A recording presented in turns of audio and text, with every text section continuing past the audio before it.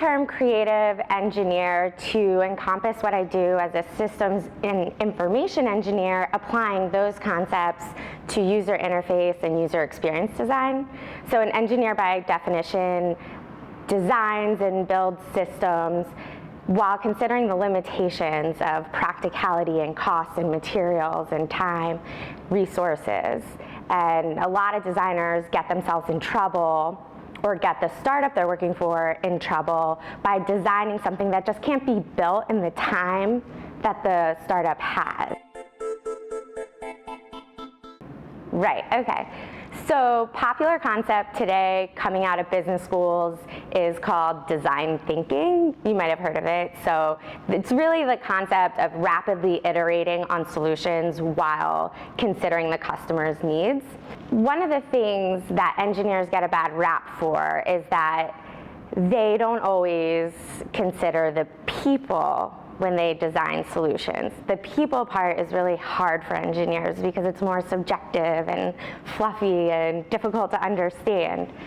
Unfortunately, in the past, business has solved a problem by just fixing one of those three things, but it's never that simple. You ever call into a call center and the person that answers the phone tells you that they literally cannot process your request. They are not allowed to select some button. They don't have the option on the screen, right?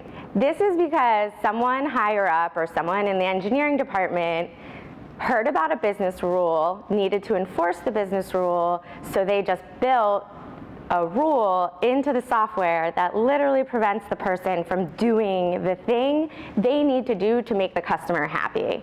So the employee is frustrated and the person calling in is frustrated when there might have been a much more elegant solution had we understood what the customer request is, what the employee needs to do to fill that request, and how the technology system can play a role in it. And it's usually not hard coding business rules into software logic.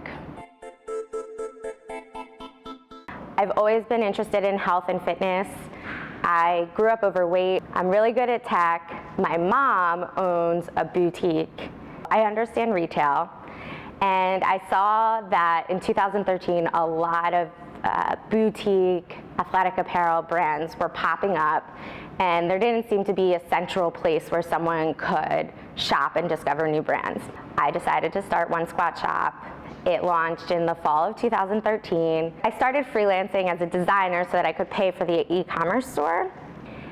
But then at the end of 2014, I realized I wasn't making any money on the e-commerce store, but I was making money designing software, being a creative engineer, working with a lot of startups. So I decided to close the e-commerce shop. The biggest lesson I learned was e-commerce is almost all digital marketing. And it wasn't really as much about building a business or solving problems, which I'm super passionate about. So I started this company and realized I like to start things. I definitely don't like to run an e-commerce shop. If you know yourself to be an entrepreneur, don't put too much pressure on the first business you create. The second piece of advice that I learned from One Squat Shop is that think about not just what it takes to build the thing, but also think about what it takes to run that business. The third piece of advice I have for entrepreneurs is that passion is what's going to get you started, but it's not what will maintain you through the ups and downs that you inevitably will face in your business. So, not a single person. Do you want me to name a person? I will name a person if you really want me to name a person. Okay. Both of my parents are self-employed. All four of my grandparents were self-employed. My dad is an engineer himself, and I'd be remiss not to say that for men that have daughters, if you are an engineer, you are the biggest influence in getting your daughter into science and engineering. So in 5 years, I really hope I'm still running my own show. I hope that I build something bigger than myself.